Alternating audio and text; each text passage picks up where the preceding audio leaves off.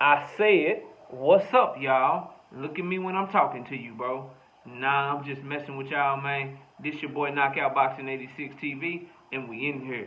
So check this out, bro. Before we get going on our video, smash the like button, subscribe to the channel if you're new here, share the video, turn on your notifications, go follow me on Twitter at KOBoxing86TV. If you got a breakdown or a prediction that you want me to do, knockoutboxing86@yahoo.com is the email address. And don't forget about our live shows. We go live on this channel every Wednesday night, 7:30 p.m. Central Time. Every Thursday night, 7:30 p.m. Central Time. Then you can also catch me live with the Singing OG KQKC Boxing Network, Sunday mornings, 9 a.m. Central Standard Time. But let's get it popping. Let's get into today's video. And today, Vasiliy Lomachencko wants Devin Haney. He won't fight Devin Haney. Vasiliy Lomachencko is fighting against Jermaine Ortiz this upcoming Saturday night in a good fight, good comeback fight for him. And he's saying that should he be successful, Devin Haney is the fight that he wants. Bob Arum is saying that the Devin Haney-Vasiliy Lomachencko fight is the fight that he wants to make. That is the fight that he wants to make next. He believes that that's the best fight for both fighters. But then you got a growing sentiment between Bill Haney and also Devin Haney fans that believe that Devin Haney should just move up. He should just move up to 140, forget Lomachencko, move up to 140, campaign at 140. He has nothing left to prove at 135, so he good to go. He can move straight on up. Now, the people that believe this, that he should just move up, a lot of the sentiments that I hear are, well, Loma didn't give Devin a shot. You know, Loma ducked Devin, which is not true. He did not duck Devin Haney. But Loma ducked Devin, so since he ducked him back in the day, he should go ahead and just move up and not give Loma a shot now. Kind of the same sentiment that you hear people talk about when they say something about Earl Smith and Keith Thurman. They justify Earl Smith not fighting Keith Thurman because Keith Thurman didn't give Earl a shot back in the day when Earl was wanting his shot at Keith Thurman when Keith Thurman was the unified champion and things of that nature. So here's what I say to all of that. My stances on both of them are the same, right? Number one, we got to get boxing back to being a sport. This tit for tat, oh, you did this, so now I'm going to do that. I can't rock with it. Like, if there's no bet, like for instance, right? We all just saw Terrence Crawford duck Earl Spence Jr. We saw him duck Earl Spence Jr., bro, flat out. So now, if you look at a list of potential opponents, if the WBC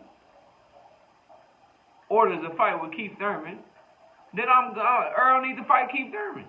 When you look at Keith Thurman, Montes Stanionis, and Jerron Boots Ennis, my list would be Jerron Ennis, I want him to fight, Keith Thurman, and then Stanionis. I wouldn't want to miss out on an Earl Spence versus Keith Thurman fight because Earl Spence is holding a grudge for some shit years ago.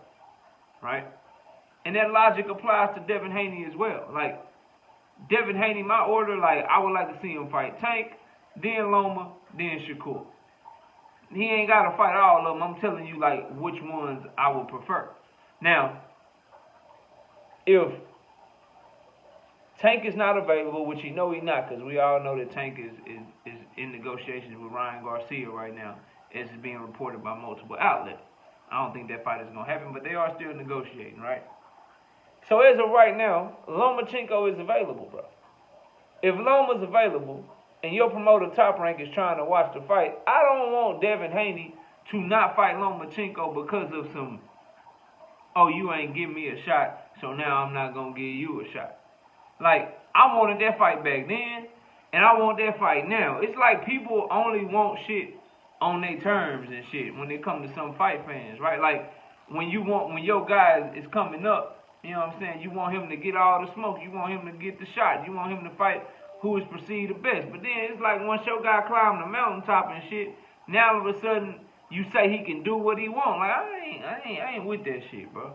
I'll never be with that shit. Like, nah, bro, just because you done went and did what you did, I still want to see you fight the best. So I still want to see Devin Haney versus Lomachencko, Devin Haney versus Tank Davis, Devin Haney versus Shakur. Now, it's my understanding that it's getting hard for him to make 135 pounds. So So I'm saying give me at least one of them. And if we look at our logic, we see Shakur is young, still growing. Shakur and Devin will be at the same weight class soon enough. They both going to cap out at either 140, maybe 147, because both of them are supreme boxers. They're not too big. Their power hasn't carried at lower weight classes, so they probably going to both stop at 140. Maybe 147 as they get into their late 20s, early 30s. So they'll be in the same weight class. Same with Tank Davis. Tank Davis, probably 140, maybe 147 towards the tail end of his career. And all those guys are younger, so they'll have time to fight. But this Lomachencko fight, I don't understand why people are saying Haney should just say, forget Lomachencko.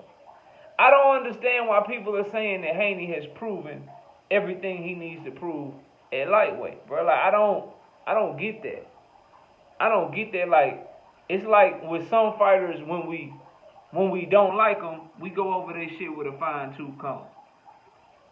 You know what I'm saying? When people talk about Terrence Crawford, they don't really talk about accolades and shit. They more worried about who he fought.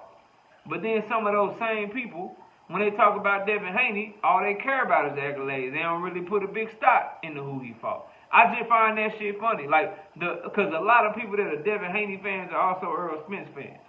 Because of how they, you know, because they have a lot of similarities so far in their career, wanting to smoke, trying to go get you know, the best fights or whatever. And all I'm asking is that Devin Haney continue in that same mode.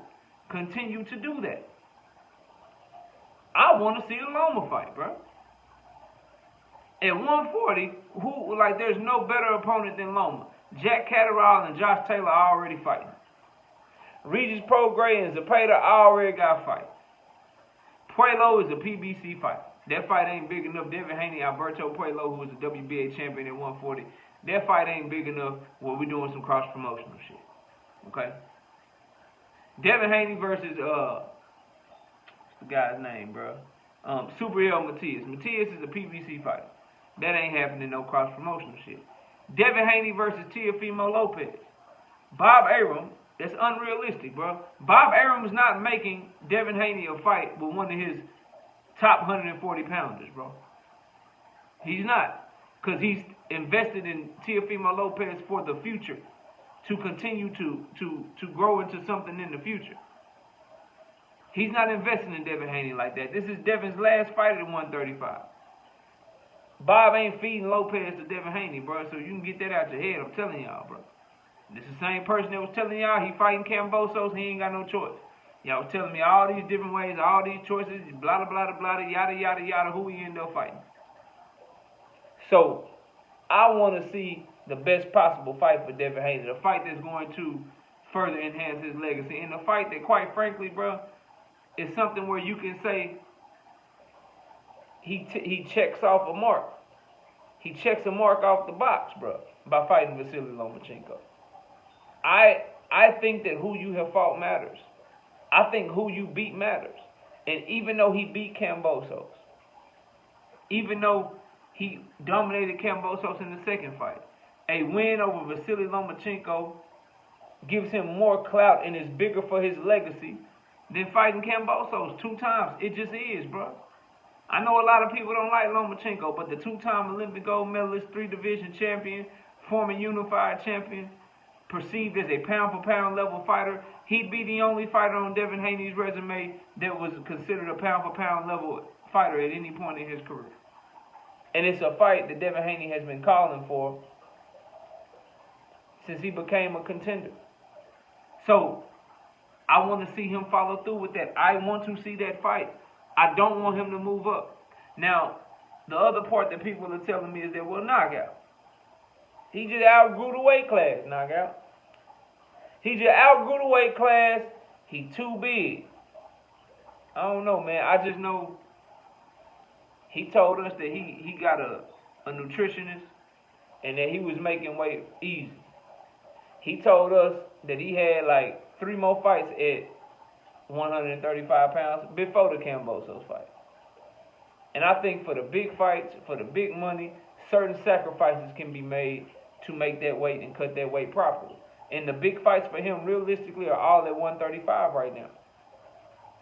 I watch guys stick around in weight classes all the time for big fights to get to fight the best names and the biggest names. And if he's truly going big fight hunting, if he's truly going after the best, Lomachencko, Tank Davis, Shakur, those guys is down at 135, so I'd like to see him make the weight at least one more time and fight one of them, bro. Because at the end of the day, y'all talking to me about how he looked on the scale and, oh, he was weight drained and yada, yada, yada. Y'all keep telling me that, but all I know is when I seen him walk in, when I seen him fight on that night, come fight night, that man was a bad boy, bro. That man was nasty. He ain't look tired. He ain't look weight drained. His punch resistance looked alright. He was good. He looked like Devin Haney, bro. So y'all keep talking about how he look on the scale, how he look in the ring at that weight.